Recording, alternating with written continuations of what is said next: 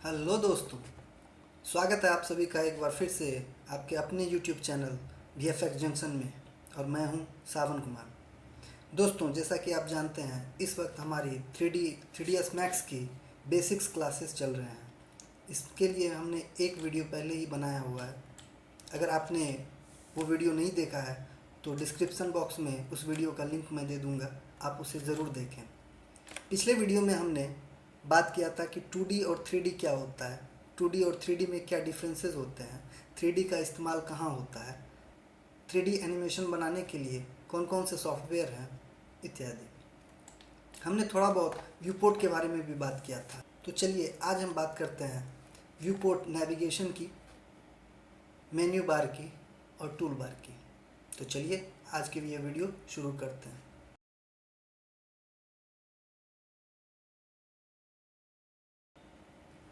जैसा कि पिछले वीडियो में मैंने व्यू पोर्ट के बारे में थोड़ा बहुत आप लोगों को बताया था, आज हम देखेंगे कि व्यू पोर्ट नेविगेशन कैसे कर सकते हैं।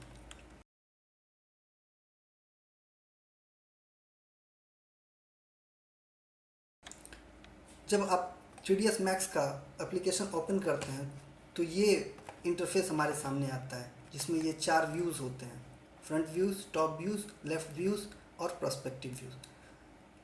प्रोस्पेक्टिव व्यू में हम 3D में कोई भी चीज़ देख सकते हैं, जबकि बाकी तीनों व्यू पोर्ट में हमें वो 2D में दिखाई देता है। जैसे कि इसका फ्रंट व्यू, ये इसका फ्रंट व्यू है, जबकि इसका फ्रंट व्यू हमें यहाँ दिखाई देता है। आपको एक एग्जांपल से मैं दिखाता हूँ। जैसे कि इसका फ्रंट व्यू ये है, तो मैं इसे सेलेक्ट करता हूँ तो आप देखेंगे फ्रंट व्यू में ये हमारा सेलेक्ट हो गया। उसी तरीके से अगर हम टॉप में जाएं और टॉप व्यू को सेलेक्ट करते हैं तो आप देखते हैं टॉप व्यू में ये सेलेक्ट हो जाता है। उसी तरीके से लेफ़्ट में लेफ़्ट सेलेक्ट हो जाएगा। बेसिकली क्या होता है कि पर्सपेक्टिव व्यू में हम इसके तीनों डायमेंशंस को आराम से देख सकते हैं, जबकि टॉप व्यू, फ्रंट व्यू या लेफ़्ट व्यू में ये 2D डायमेंशन में हमें दिखाई देता है। 2D डायमेंशन का मतलब हो गया एक्स एक्सिस और वाई एक्सिस, जबकि पर्सपेक्टिव में हमें एक्स एक्सिस, वाई एक्सिस और जेड एक्सिस तीनों हमें नज़र आते हैं। अगर हम बात करें इसके नेविगेशन की, तो नेविगेशन के लिए अगर हम जूम इन या जूम आउट करना चाहते हैं तो मैंने आपको बताया था कि इसे नेविगेशन पैनल कहा जाता है। तो यहाँ से ये जूम का ऑप्शन हम सेलेक्ट कर सकते हैं और फिर लेफ़्ट माउस बटन को क्लिक करके होल्ड करके अगर हम ड्रैग करते हैं तो हम जूम इन या जूम आउट कर सकते हैं। इसके लिए एक शॉर्टकट भी होता है।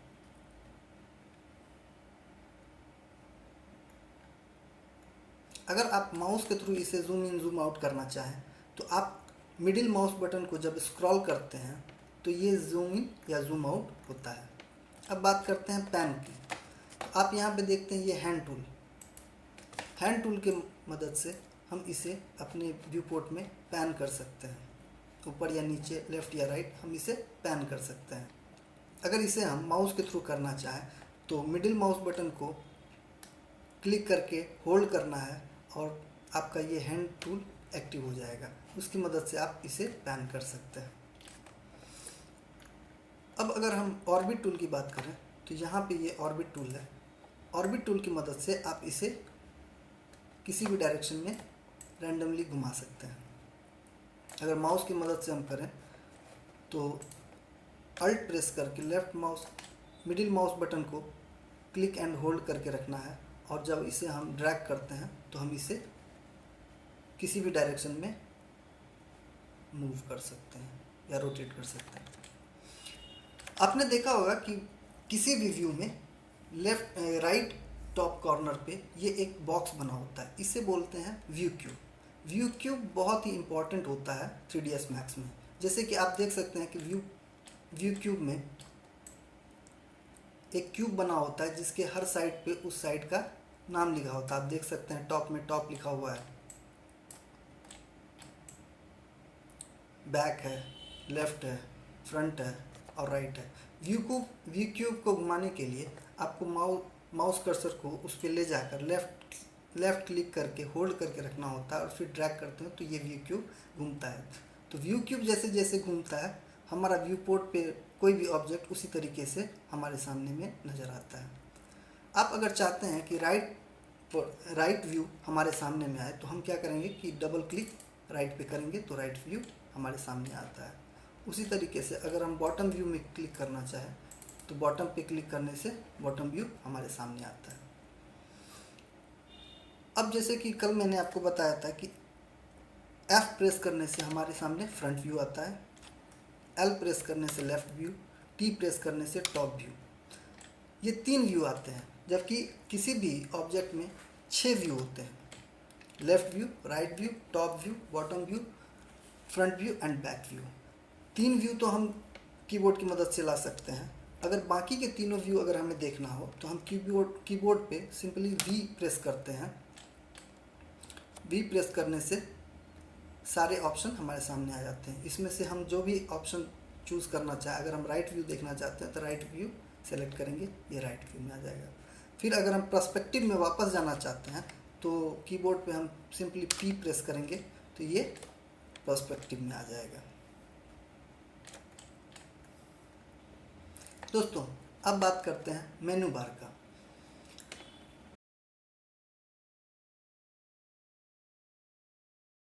थ्री मैक्स में ढेर सारे ऑप्शंस होते हैं, जिनमें से बहुत सारे ऑप्शंस का यूज़ हमें नहीं होता है। बहुत कम ही ऑप्शंस ऐसे होते हैं जिनकी हमें ज़रूरत होती है। जितने टूल्स 3ds मैक्स में दिए होते हैं, हम ओवरऑल लगभग 15 या 20% टूल्स को ही यूज़ करते हैं। तो वीडियो ट्यूटोरियल के दौरान मैं आपको कुछ ऐसे इंपॉर्टेंट टूल्स के बारे में बताऊंगा जिनका हमें अक्सर यूज़ होता है। सारे टूल्स को अगर मैं डिस्क्राइब करने लगूं तो ढेर सारे वीडियो बनाने होंगे। तो जैसे जैसे हम आगे बढ़ेंगे आपके सामने सारे टूल्स एंड ऑप्शंस को हम डिस्क्राइब करते जाएंगे। तो आज हम बात करते हैं मेनू बार में ग्रुप की। जैसा कि आप देख रहे हैं कि ग्रुप में ढेर सारे ऑप्शंस हैं, group, ungroup, open, close, attach, detach, explored और असेंबली। लेकिन अभी ग्रुप के जितने भी ऑप्शंस हैं ये सभी हाईलाइट नहीं है। क्यों? क्योंकि अभी व्यू पोर्ट में कोई भी ऑब्जेक्ट नहीं है। जैसे ही ये ऑब्जेक्ट हम यहाँ पे क्रिएट करते हैं और उसके बाद ग्रुप में जाते हैं सेलेक्ट करके, तो हम देखेंगे कि ग्रुप का ऑप्शन हाईलाइट हो गया। अब हम जब ग्रुप कर देंगे इसे तब ये सारे के ऑप्शंस एक्टिव हो जाएंगे। तो चलिए हम देखते हैं ग्रुप का काम क्या होता है। जब हम कोई सीन क्रिएट करते हैं, उसमें कई ऑब्जेक्ट हम बनाते हैं और हम चाहते हैं कि सारे ऑब्जेक्ट एक साथ हों। हालांकि उनकी प्रॉपर्टी सबकी इंडिविजुअल बनी रहे, लेकिन अगर हम कोई से एक ऑब्जेक्ट को सेलेक्ट करें तो सारे सेलेक्ट हो जाए। इस तरीके से अगर हम ग्रुप करना चाहें तो उसके लिए हमारे पास ग्रुप का ऑप्शन होता है। आप जब ग्रुप करते हैं तो सिंपली आपको ग्रुप में जाना है। जैसे ही आप ग्रुप पे क्लिक करेंगे तो ये एक ऑप्शन हमारे सामने आता है जिसमें हमें ग्रुप का नाम देना होता है। मान लीजिए इसका नाम मैं कुछ भी दे देता हूँ, स्टार। तो ये हमारे स्टार नाम से फिक्स हो जाता है। आप देख सकते हैं यहाँ पे इसका नाम शो कर रहा है। अब क्या होता है कि आप किसी एक ऑब्जेक्ट को सेलेक्ट करके सभी ऑब्जेक्ट को मूव या रोटेट या स्केल कर सकते हैं।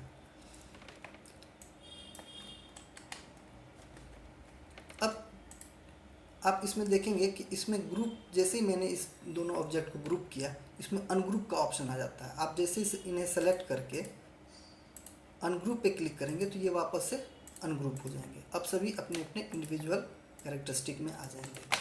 हम कुछ और ऑब्जेक्ट क्रिएट करते हैं।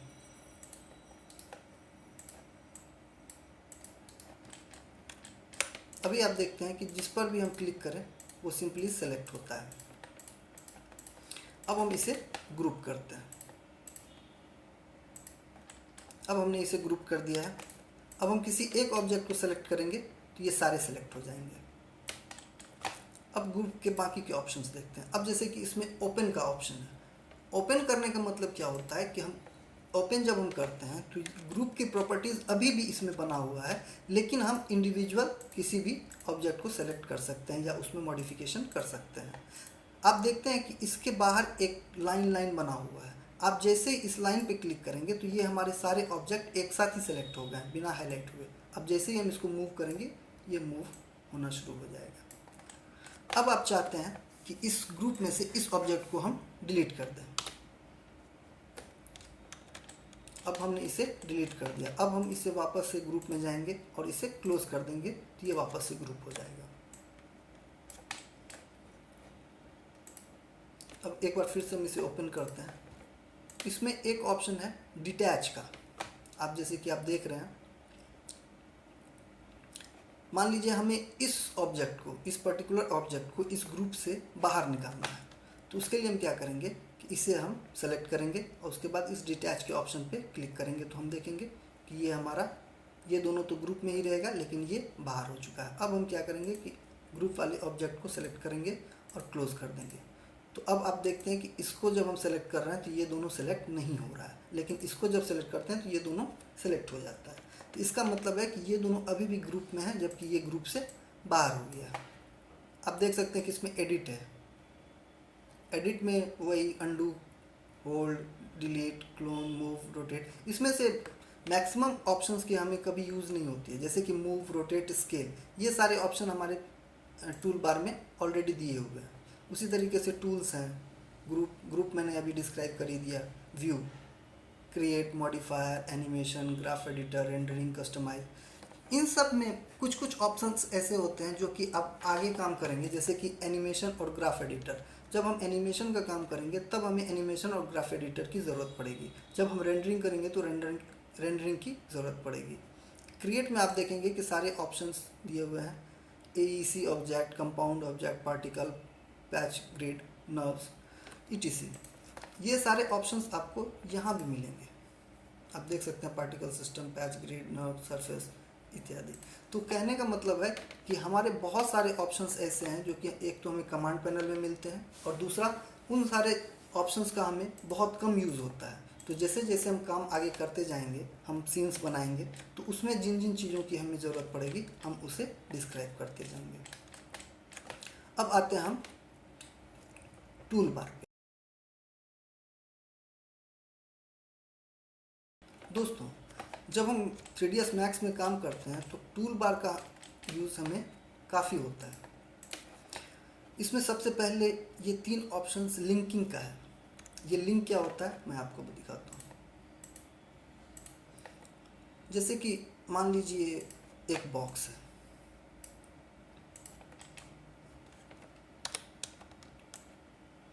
दो बॉक्स हैं, हम चाहते हैं कि ये दोनों एक दूसरे के साथ जुड़ा भी रहे लेकिन इंडिविजुअल भी काम करे। फॉर एग्जांपल मान लीजिए जब हम दो ऑब्जेक्ट को लिंक करते हैं तो उसमें से एक पेरेंट ऑब्जेक्ट होता है और एक चाइल्ड ऑब्जेक्ट होता है। जैसे पेरेंट, अगर हमें इस ऑब्जेक्ट को पेरेंट बनाना है तो हम इसे सेलेक्ट करेंगे, इस पर हम क्लिक करेंगे और पहले इस पर क्लिक करते ही देखेंगे कि आप एक डॉट डॉट लाइन सा आ रहा है। अब दूसरे ऑब्जेक्ट पे ले जाके हम इसे छोड़ देंगे तो अब क्या होगा कि ये हमारा, ये इसके साथ लिंक हो जाएगा। अब हम मूव टूल लेंगे, अब जैसे ही हम इसको मूव करेंगे ये भी हमारा मूव होगा। आप देख सकते हैं अब ये पेरेंट बन चुका है और ये चाइल्ड बन चुका है। अब हम इसको अगर मूव करेंगे तो ये भी उसके साथ मूव होगा, लेकिन अगर हम इसको मूव करेंगे तो ये मूव नहीं होगा। कहने का मतलब है कि इसका जो इंडिविजुअल प्रॉपर्टीज़ है वो तो इसके अंदर कायम है, लेकिन इसका प्रॉपर्टी इसके साथ जुड़ा हुआ। अगर इसमें चेंजेस आएगा तो इसमें ऑटोमेटिक चेंज आएगा, लेकिन इसमें अगर हम कोई चेंजेस करते हैं तो इसमें कोई किसी प्रकार का कोई चेंज नहीं आएगा। तो इसे बोलते हैं लिंक। लिंक का यूज़ हमें अक्सर पड़ता है, खास करके जब हम रिगिंग का काम करते हैं तो उस समय लिंक का बहुत ज़्यादा यूज़ पड़ता है। ये दूसरा ऑप्शन है इस, अब जैसे कि मैंने इसे लिंक किया, अब अगर हमें लिंक को तोड़ना हो तो उसके लिए हम इसका यूज़ करते हैं, अनलिंक सेक्शन का। उसके लिए हम क्या करते हैं कि दोनों ऑब्जेक्ट को सेलेक्ट करते हैं और इसे क्लिक कर देते हैं। तो अब ये लिंक जो इसके बीच में था वो अब ख़त्म हो चुका है। अब आप देख सकते हैं कि अब मैं इसे मूव कर रहा हूँ तो ये मूव नहीं हो रहा है, या इसे मूव कर रहा हूँ तो ये मूव नहीं हो रहा है, यानी कि दोनों के बीच जो लिंक बना हुआ था वो लिंक अब टूट चुका है। तो इस तरीके से हम लिंक कर भी सकते हैं और लिंक तोड़ भी सकते हैं। तीसरा ऑप्शन, ये ऑप्शन जो होता है इसका यूज़ डायनेमिक्स के टाइम में होता है, जब किसी ऑब्जेक्ट में हमें विंड या ग्रेविटी को अटैच करना होता है तब हम इसका यूज़ करते हैं। तो जब हम डायनेमिक्स के क्लासेस देखेंगे उस समय हम इसका यूज़ करेंगे। उसके बाद आता है ऑल, इसे बोलते हैं सिलेक्शन फ़िल्टर। सिलेक्शन फ़िल्टर का काम क्या होता है कि मान लीजिए आपके सीन में ऑब्जेक्ट बने हुए हैं, लाइट्स हैं या कैमरा है। अब आपको सेलेक्ट करना है, तो अगर ये ऑल पे रहेगा तो आप किसी को भी इंडिविजुअली सेलेक्ट कर सकते हैं। आप देख सकते हैं कि अभी मैं ऑब्जेक्ट को भी सेलेक्ट कर पा रहा हूँ, लाइट को भी सेलेक्ट कर पा रहा हूँ और कैमरे को भी सेलेक्ट कर पा रहा हूँ। अगर मैं आप इस पर क्लिक करेंगे तो आप इसमें ढेर सारे ऑप्शंस देखेंगे, जैसे कि ज्योमेट्री हो गया, शेप हो गया, लाइट, कैमरा, हेल्पर्स, रैप्स, ढेर सारे ऑप्शंस हैं। मान लीजिए मैं इसे ज्योमेट्री कर देता हूँ, तो ज्योमेट्री कर देने के बाद ये केवल ज्योमेट्री को ही सिलेक्ट करेगा, लाइट या कैमरा को सिलेक्ट नहीं करेगा। फॉर एग्जांपल आप देखिए, जैसे कि ये ज्योमेट्री है तो इसे तो हम सेलेक्ट कर पा रहे हैं, लेकिन जब हम लाइट को सेलेक्ट करेंगे तो लाइट सेलेक्ट नहीं होगा। उसी तरीके से अगर हम कैमरा को सेलेक्ट करना चाहें तो कैमरा हमारा सेलेक्ट नहीं होगा।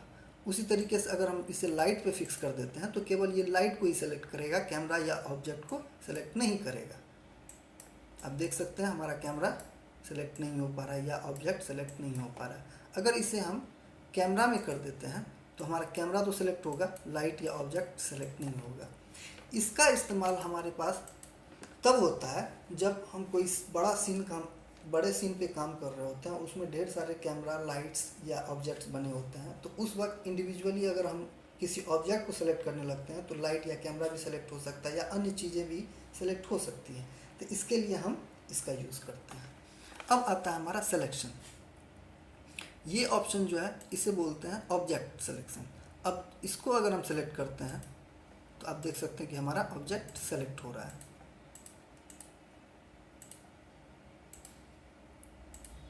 इसका यूज़ सिलेक्शन के लिए होता है। दूसरा होता है सेलेक्ट बाय नेम। इसका क्या मतलब होता है कि जैसे आप कोई सीन पे काम कर रहे हो, आपके सीन में ढेर सारे ऑब्जेक्ट बने हुए, जैसे कि इसका नाम आप देख सकते हैं बॉक्स 1, इसका नाम देख सकते हैं बॉक्स 2, ये फोटोमेट्रिक लाइट है। मान लीजिए इसका नाम मैं चेंज करता हूँ, मान लीजिए मैं इसका नाम दे देता हूँ बेड और इसका नाम हाउस। तो आप देखेंगे कि ये सारे, मान लीजिए आप किसी सीन पे काम कर रहे हो और इस तरीके का सिचुएशन हो कि कोई ऑब्जेक्ट आपको ढूंढना हो लेकिन आपको नज़र नहीं आ रहा है, या आप कई तरह की चीज़ें बना रहे हैं, उसमें आपको कन्फ्यूज़न हो रहा है कि आप जिसे सेलेक्ट करना चाहते हैं वो कहाँ पे है। तब हम क्या करते हैं कि ये सेलेक्ट बाय नेम, यानी कि नाम से ही पता चल रहा है कि ये नाम से उसे सेलेक्ट करेगा। आप जैसे ही इस पर क्लिक करेंगे आप देखेंगे कि एक विंडो ओपन हो जा रहा है। अब देखिए, जैसे मैंने नाम चेंज किया था bed, house, photometric light, camera. अब मैं कैमरे पर क्लिक करके ओके करूँगा तो हमारा कैमरा सेलेक्ट हो जाएगा। आप देख सकते हैं हमारा कैमरा सेलेक्ट हो गया है। अब मैं अगर लाइट को सेलेक्ट करता हूँ तो हमारा लाइट सेलेक्ट हो जाएगा। इसका एक शॉर्टकट होता है एच। आप कीबोर्ड पे जैसे ही एच प्रेस करेंगे आपका ये विंडो ओपन हो जाएगा। उसके बाद ये सिलेक्शन के लिए है कि हम किसी भी ऑब्जेक्ट को किस तरीके से सेलेक्ट करना चाहते हैं। जैसे कि ये रेक्टेंगल में फिक्स है, तो अगर अभी हम करेंगे तो ये रेक्टेंगुलर ड्रॉ होगा। अगर इसे हम सर्कुलर कर देंगे तो ये सर्कुलर ड्रॉ होगा। तो जिस तरीके का हमें ज़रूरत होती है हम उस तरीके से इसे यूज़ करते हैं। उसके बाद हम देखते हैं सेलेक्ट एंड मूव। आपने यहाँ पर भी सिलेक्शन टूल देखा था और यहाँ पर भी सिलेक्शन टूल है। दोनों का काम होता है सेलेक्ट करना, लेकिन दोनों में डिफरेंस क्या है कि आप सिलेक्शन टूल से इसे मूव नहीं कर सकते हैं, जबकि ये मूव टूल है तो इससे आप मूव भी कर सकते हैं और सेलेक्ट भी कर सकते हैं। उसके बाद है रोटेशन टूल, उसके बाद है scale tool. Scale tool, move tool और रोटेशन टूल के बारे में मैंने पिछले वीडियो में भी बात की थी। चलिए अब आगे देखते हैं। अब अगला जो इम्पोर्टेंट चीज़ है वो है स्नैप टॉगल। स्नैप टॉगल का काम क्या होता है कि किसी भी ऑब्जेक्ट को एक दूसरे ऑब्जेक्ट के साथ स्नैप करना। इसका काम जब हम मॉडलिंग करते हैं तो उस समय हम इसका यूज़ करते हैं। इसके लिए हम क्या करते हैं कि इस पर जैसे हम क्लिक करेंगे ये हमारा आप देख रहे हैं कि ग्रीन व्हील, ये हमारा काम करने लगता है। इस तरीके से ये काम करता है। आपको करना क्या है कि किसी भी ऑब्जेक्ट के पहले तो डायरेक्शन आपको फिक्स करना है कि आपको एक्स एक्सिस पे उसे स्नैप करना है या वाई एक्सिस पे स्नैप करना है।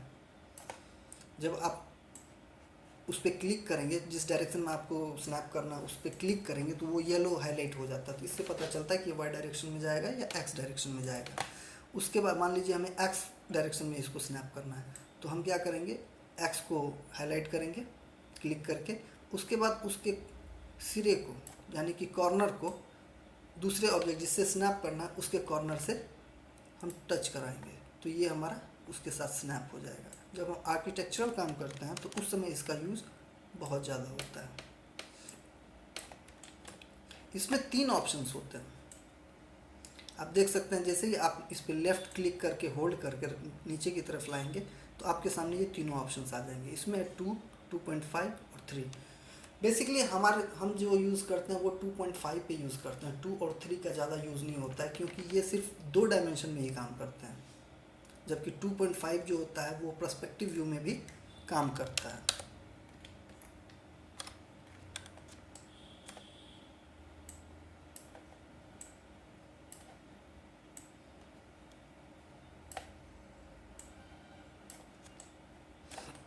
इसमें से पहला ऑप्शन जो 2 का होता है वो केवल 2 डायमेंशन में काम करेगा, एक्स या वाई में। तो ज़्यादातर हमें यूज़ 2.5 का ही होता है। उसके बाद आता है एंगल स्नैप। एंगल स्नैप का काम क्या होता है कि अगर हम किसी ऑब्जेक्ट को रोटेट करना चाहते हैं तो रोटेशन टूल हम एक्टिव करेंगे और आप देखेंगे कि जब हम रोटेट कर रहे हैं तो ये 0.1 डिग्री के हिसाब से रोटेट करता है। ऐसे में क्या होता है कि अगर हमें 90 डिग्री पे इसे रोटेट करना हो या 180 डिग्री पे रोटेट करना हो तो एग्जैक्टली करना बहुत ही मुश्किल हो जाता है। तो उसके लिए हम क्या करते हैं कि हम इस एंगल स्नैप को ऑन करते हैं और जब इसे हम रोटेट करते हैं तो ये 5 डिग्री के अंतर पे रोटेट होता है। तो इससे हमें क्या होता है कि 90 डिग्री या 180 डिग्री पे अगर हमें रोटेट करना हो तो वो करना आसान हो जाता है। उसके बाद जो सबसे इम्पोर्टेंट फीचर है वो है मिरर का। मान लीजिए आपको इस ऑब्जेक्ट का एक कॉपी क्रिएट करना है लेकिन दूसरे डायरेक्शन में, या आप चाहते हैं कि इस ऑब्जेक्ट को आप वाई डायरेक्शन में घुमाएं। तो उसके लिए हम क्या करेंगे कि इसे सेलेक्ट करेंगे और मिरर पे जैसे ही आप क्लिक करेंगे तो आपके सामने ये ऑप्शन बॉक्स आ जाएगा कि आप किस एक्सिस में मिरर करना चाहते हैं, एक्स एक्सिस में, वाई एक्सिस में, जेड एक्सिस में। आप जिस भी डायरेक्शन में इसको डालेंगे उस डायरेक्शन में ये मूव करेगा, मिरर हो जाएगा। अगर आप इसका कॉपी नहीं चाहते हैं, सिर्फ इसको ही रोटेट करना, मिरर करना चाहते हैं तो आप नो क्लोन कर सकते हैं। अगर आप इसका कॉपी करना चाहते हैं तो आप कॉपी करके जैसे ही ओके करेंगे आप देखेंगे कि दूसरा कॉपी तैयार हो गया। इसको अच्छे से समझने के लिए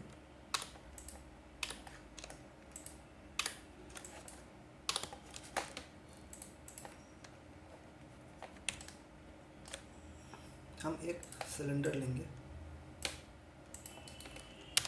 इसे हम 35 डिग्री पे रोटेट कर देते हैं। अब मान लीजिए हमें सेम डायरेक्शन, मतलब सेम ऑब्जेक्ट इस डायरेक्शन में चाहिए। जैसे कि ये वाई की तरफ झुका हुआ है तो हमें वाई के अपोजिट में झुका हुआ चाहिए। तो हम इसे सेलेक्ट करेंगे और जैसे ही इसको मिरर करेंगे तो आप देख सकते हैं कि इस ऑब्जेक्ट का एक कॉपी 45 डिग्री अपोजिट डायरेक्शन में घूम गया है। अगर आप इसे एक्स एक्सिस में घुमाना चाहते हैं, जैसा कि आप देख रहे हैं वाई एक्सिस में अभी ये है तो वाई एक्सिस की तरफ घुमा है। अगर आप एक्स एक्सिस में इसे घुमाएंगे तो ये एक्स में घूमेगा।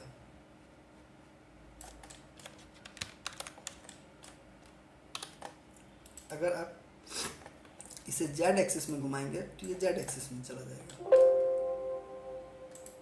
अगर आप नो कॉपी करेंगे तो सेम ऑब्जेक्ट इस तरफ आ जाएगा। तो ये हुआ मिरर टूल। अब है अलाइन टूल। अलाइन टूल का भी काफ़ी इस्तेमाल होता है। अलाइन टूल काम कैसे करता है मैं आपको दिखाता हूँ। मान लीजिए ये एक बॉक्स है और हम एक सिलेंडर बनाते हैं। अब हम चाहते हैं कि हमारा ये सिलेंडर जो है ये इस बॉक्स के एकदम मिडिल में है।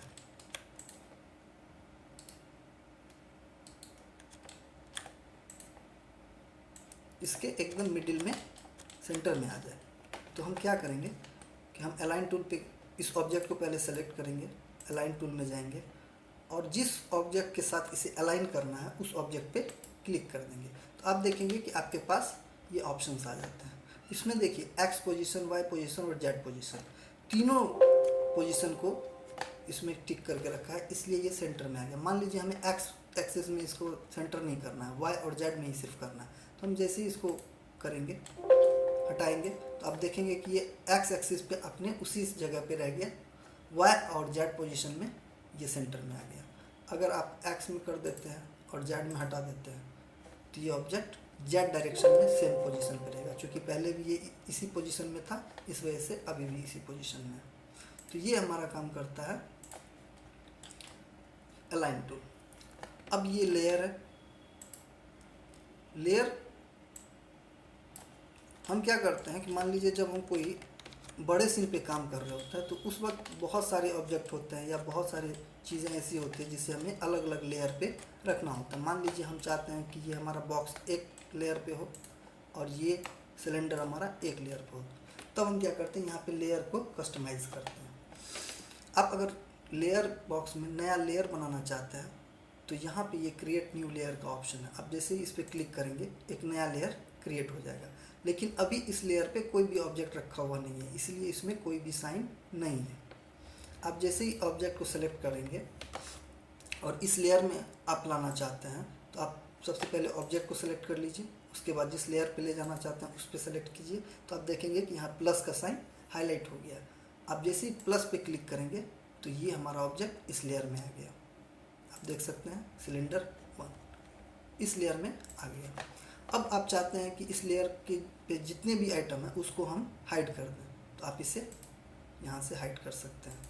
आप अगर चाहते हैं कि इसे फ्रीज कर दें तो आप यहाँ से फ्रीज कर सकते हैं। अब ना तो ये सेलेक्ट होगा ना मूव होगा, कुछ भी इस पर नहीं होगा, ये फ्रीज हो चुका है।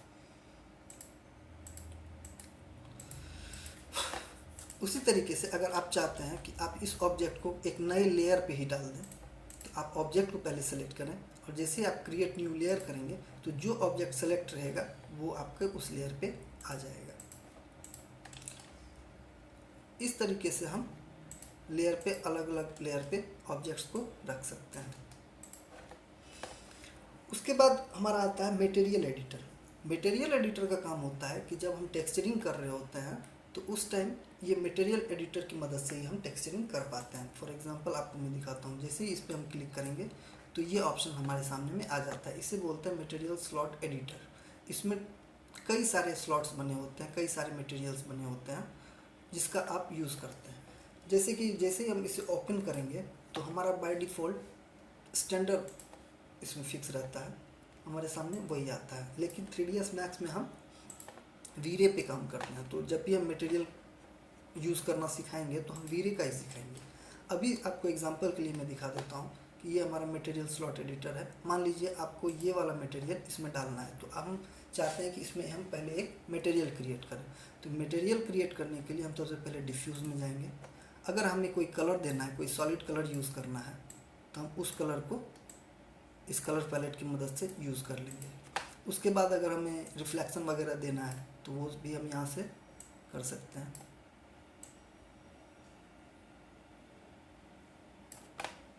तो इस तरीके से हम इसे ऑब्जेक्ट पे अप्लाई कर सकते हैं। ऑब्जेक्ट पे अप्लाई करने के लिए हम क्या करेंगे, आप ऑब्जेक्ट को सेलेक्ट करें और यहाँ पे असाइन का ऑप्शन होता है, असाइन मटेरियल टू सिलेक्शन। जिस ऑब्जेक्ट को हमने सेलेक्ट कर रखा है ये मटेरियल उस पर अप्लाई हो जाएगा।